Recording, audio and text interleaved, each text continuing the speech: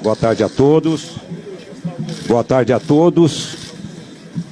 Eu quero agradecer a presença de vocês e anunciar que estou aqui ao lado do engenheiro Carlos Rocha e do jurista Marcelo Bessa, advogado, ambos contratados pelo PL.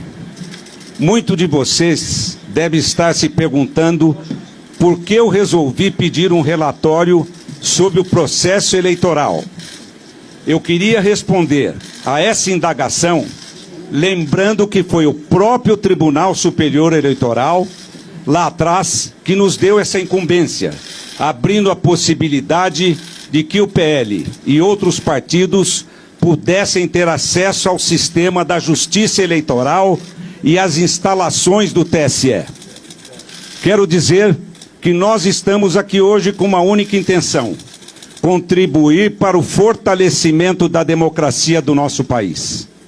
Nós temos a certeza que estamos fortalecendo a democracia, fortalecemos o Brasil. Eu quero dizer com toda humildade que nós do PL não somos especialistas em segurança de dados. Por isso fomos atrás de técnicos que fizessem esse trabalho para garantir a transparência do processo eleitoral. Até porque eu, Valdemar, fui eleito com urna eletrônica. As bancadas do PL foram eleitas com urna eletrônica. Então é natural que se peça um trabalho de fiscalização para que não fique nenhuma dúvida em relação ao nosso sistema eleitoral. Dessa forma, contratamos técnicos e especialistas em segurança de dados para poder discutir tecnicamente com os funcionários do TSE o que é salutar e saudável para a própria democracia. Então hoje será apresentado pelo engenheiro Carlos Rocha, que liderou esse estudo técnico e que irá comentar aqui para vocês alguns pontos que merecem ser observados. E eu confesso que fiquei surpreso. Repito, esse relatório não expressa a opinião do Partido Liberal, mas é o resultado de estudos elaborados por especialistas graduados em uma das universidades mais respeitadas do mundo. E que, no nosso entendimento, deve ser analisado pelos especialistas do TSE, de forma que seja assegurada e resguardada a integridade do processo eleitoral, com o único intuito: fortalecer a democracia para fortalecer o Brasil. Com a palavra, o engenheiro Carlos Rocha. Boa tarde a todos. Muito obrigado aqui pela oportunidade de falar com vocês. Em primeiro lugar, eu gostaria de destacar que esse ano nós tivemos um avanço muito grande, liderado pelo TSE, na transparência eleitoral. E é um processo de avanço. Foi criada a Comissão de Transparência Eleitoral, o Observatório de Transparência Eleitoral, e no dia 1º de agosto nós tivemos lá na primeira reunião do encontro das entidades fiscalizadoras. Naquele momento, recebemos inclusive vários documentos, sendo que um dos documentos muito interessante, muito bem feito, é o glossário das eleições informatizadas de 2022. E nesse documento, então, estão descritas as funções dos diferentes arquivos que são gerados pela urna eletrônica. E agora, logo após o final do segundo turno, no dia seguinte, o TSE, numa ação de transparência extremamente positiva e de uma maneira pioneira, publicou os 3 arquivos no portal de resultados do TSE.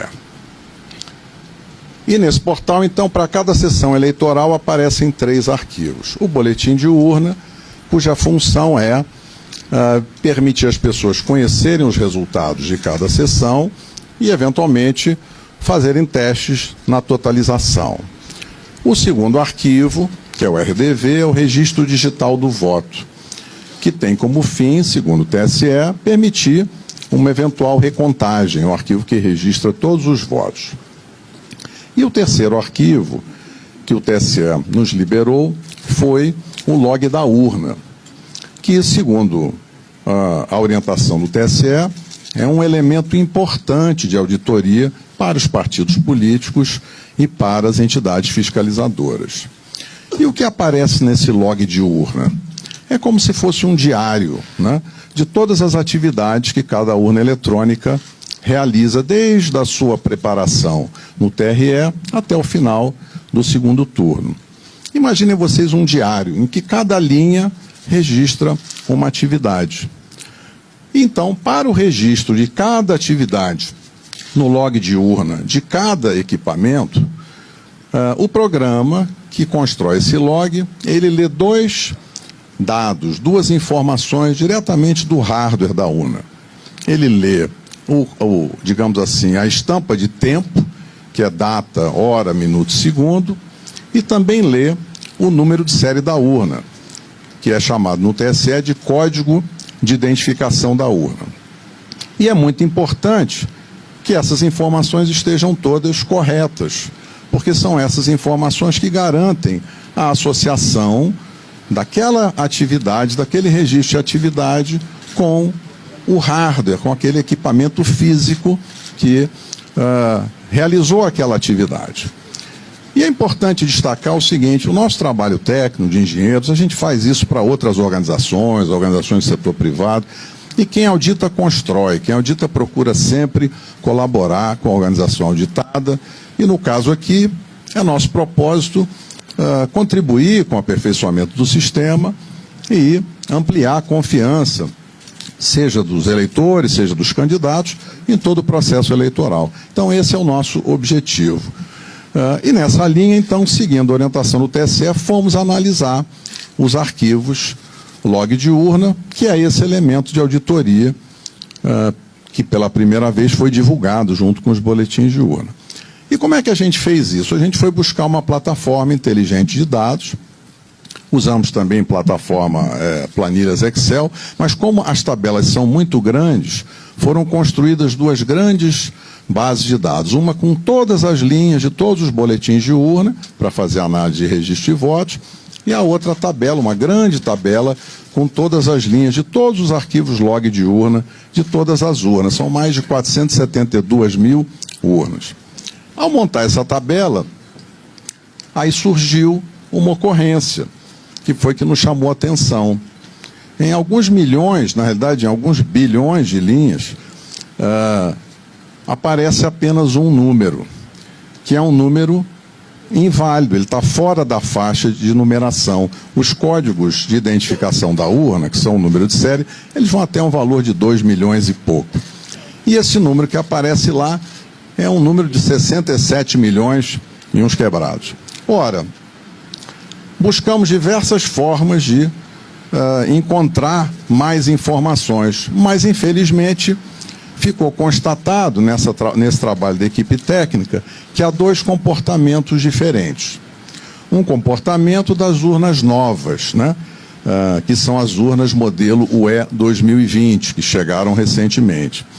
São pouco menos de 193 mil urnas, está mais ou menos 40,8% de todas as urnas. E nessas urnas 2020, o arquivo é gerado da forma esperada. Então, em cada linha que registra cada atividade, aparece o código de identificação da urna correto, que permite associar, então, vincular aquela linha de registro de atividade à urna que realizou aquela atividade.